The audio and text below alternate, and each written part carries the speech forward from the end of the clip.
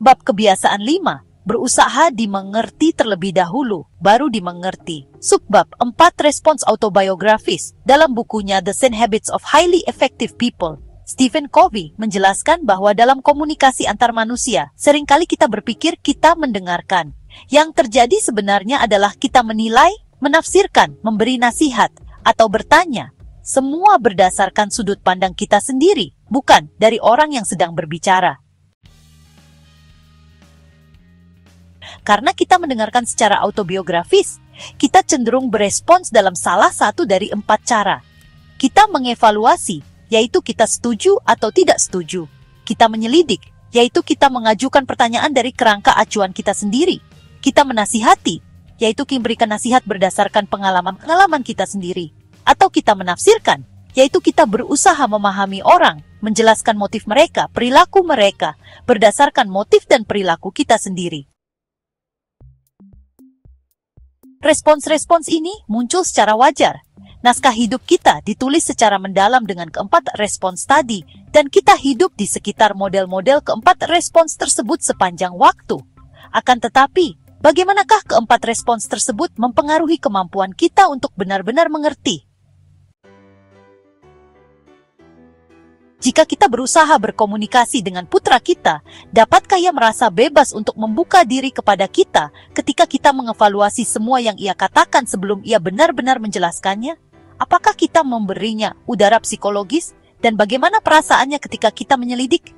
Menyelidik bersifat autobiografis, mengendalikan, dan menguasai. Memang logis, dan bahasa logika berbeda dengan bahasa perasaan dan emosi. Penyelidikan yang terus-menerus adalah salah satu alasan utama mengapa orang tua tidak dapat dekat dengan anak-anak mereka. Bagaimana keadaanmu? Nak, baik. Nah, ada kejadian apa belakangan ini? Tidak ada apa-apa. Jadi, apa yang menarik di sekolah? Tidak banyak. Dan apa rencanamu untuk akhir pekan ini? Entahlah. Kita tidak dapat membuatnya melepaskan gagang telepon sewaktu ia mengobrol dengan temannya. Tetapi yang ia berikan kepada kita cuma jawaban 1 atau 2 patah kata.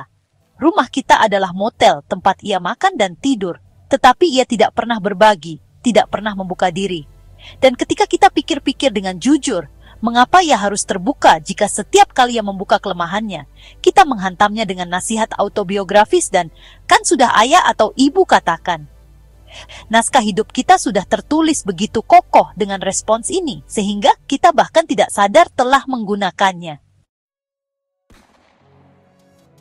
Kita tidak akan pernah dapat benar-benar melangkah ke dalam diri orang lain untuk melihat dunia sebagaimana ia memandangnya sebelum kita mengembangkan keinginan yang murni, kekuatan dari karakter pribadi, dan rekening bank emosi yang positif, sekaligus keterampilan mendengar secara empatik.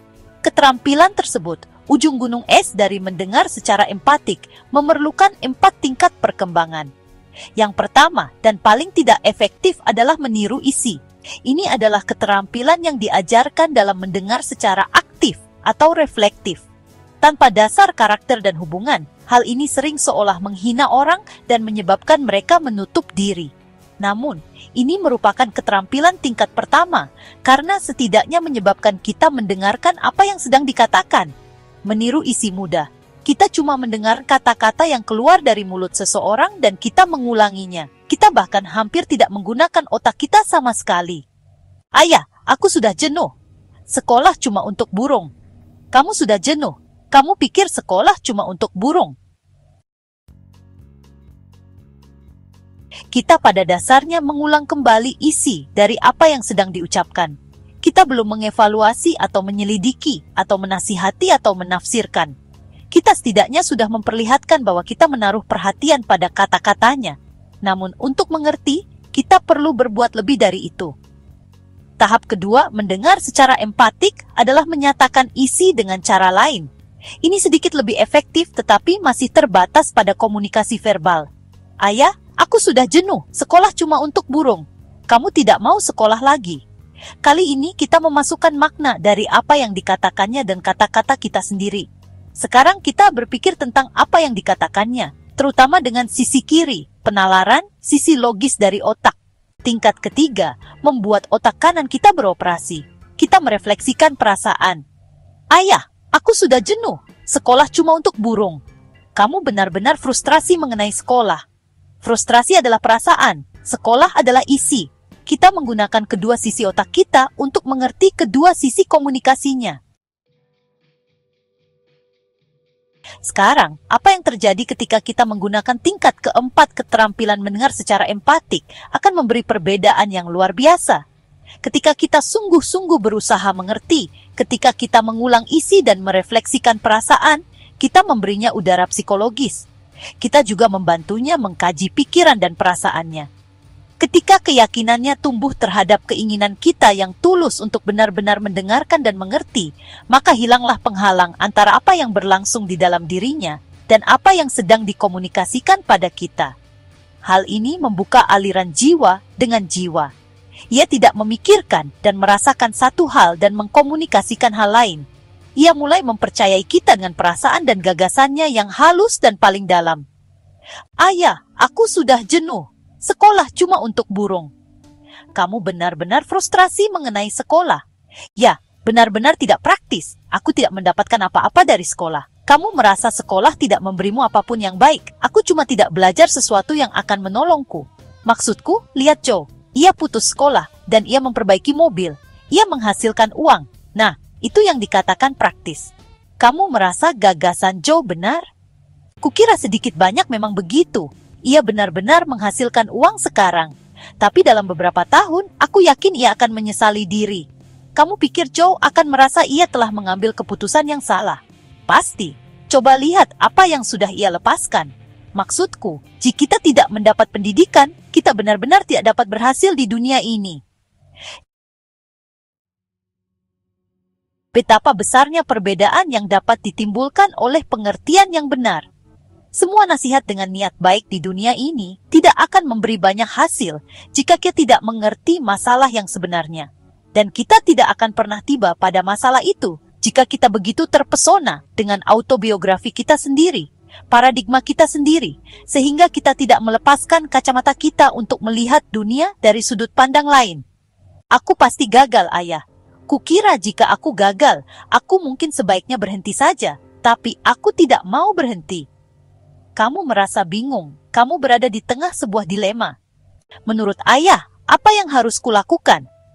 Dengan berusaha mengerti lebih dahulu, kita baru saja mengubah sebuah peluang transaksional menjadi peluang transformasional.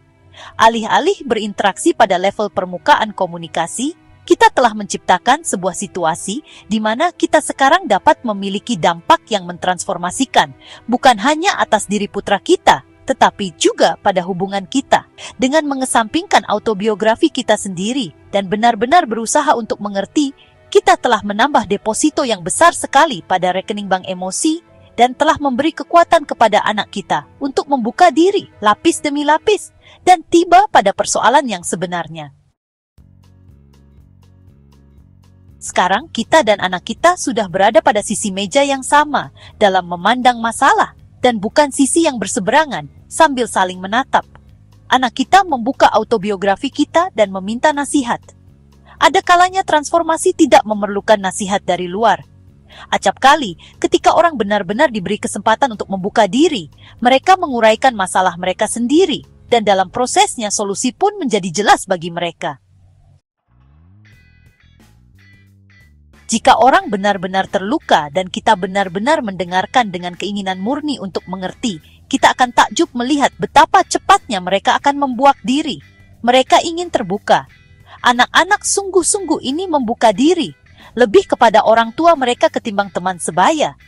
Dan mereka akan membuka diri jika mereka merasa orang tua mereka mau mencintai mereka tanpa syarat dan akan setia kepada mereka sesudahnya dan tidak menghakimi atau mengolok-olok mereka. Jika kita sungguh-sungguh berusaha mengerti tanpa kemunafikan dan tanpa akal bulus, maka akan ada masa-masa ketika kita akan benar-benar terpesona dengan pengetahuan dan pengertian murni yang mengalir kepada kita dari orang-orang lain. Bahkan tidak selalu perlu untuk berbicara untuk berempati. Sebenarnya, kadang kata-kata cuma malah menghalangi. Itulah satu alasan yang sangat penting mengapa teknik saja tidak akan berhasil. Pengertian melebihi teknik. Teknik yang berdiri sendiri hanya menjadi penghalang. Kita perlu memiliki keterampilan, tetapi keterampilan tidak akan efektif jika tidak datang dari keinginan tulus untuk mengerti. Orang tidak menyukai upaya apapun untuk memanipulasi mereka. Sebenarnya, jika kita berhadapan dengan orang yang dekat dengan kita, akan membantu jika kita mengatakan pada mereka apa yang sedang kita lakukan. Ada orang yang mungkin memprotes bahwa mendengar secara empatik menghabiskan terlalu banyak waktu. Mungkin diperlukan sedikit lebih banyak waktu pada awalnya, tetapi akan menghemat begitu banyak waktu nantinya. Hal paling efisien yang dapat kita perbuat jika kita seorang dokter dan ingin membuat resep untuk pengobatan yang bijaksana adalah dengan membuat diagnosis yang akurat. Kita tidak dapat mengatakan, "Saya terlalu terburu-buru. Saya tidak punya waktu untuk membuat diagnosis. Ambil saja obat ini." Mendengar secara empatik membutuhkan waktu, tetapi tidak sebanyak waktu yang dibutuhkan untuk mundur dan memperbaiki kesalahpahaman, untuk mengerjakan ulang, untuk hidup dengan masalah yang tidak terungkap dan terpecahkan, untuk berhadapan dengan hasil dari tidak adanya pemberian udara psikologis kepada orang lain. Seorang pendengar empatik yang cerdas dapat membaca apa yang sedang terjadi secara mendalam dan cepat, dan dapat memperlihatkan penerimaan sebegitu rupa, pengertian sedemikian rupa, sehingga orang lain merasa aman untuk membuka lapis demi lapis, sampai mereka tiba pada inti terdalam yang lunak, tempat masalah benar-benar ada. Orang ingin dimengerti, dan investasi waktu apapun yang diperlukan untuk melakukan itu akan membawa keuntungan waktu jauh lebih besar jika kita bekerja berdasarkan pemahaman yang akurat atas masalah dan isu, dan dari rekening bank emosi yang tinggi yang dihasilkan ketika seseorang merasa dimengerti secara mendalam. Jadi bab kebiasaan 5, berusaha dimengerti terlebih dahulu, baru dimengerti, sebab 4 respons autobiografi dalam buku 7 Habits of Highly Effective People, karya Stephen Covey, menjelaskan bahwa cermin dari kecenderungan alami berkomunikasi. Kita lebih fokus pada diri sendiri daripada pada orang lain. Namun, kesadaran atas pola ini adalah langkah awal untuk memperbaiki kualitas hubungan. Untuk mendapatkan buku The 7 Habits of Highly Effective People, karya Stephen Covey, klik tautan pada deskripsi video ini untuk melakukan pembelian secara online di bellbook.com. Bellbook.com adalah toko buku online yang sudah berdiri sejak tahun 2009 dan melayani pengiriman ke seluruh wilayah di Indonesia.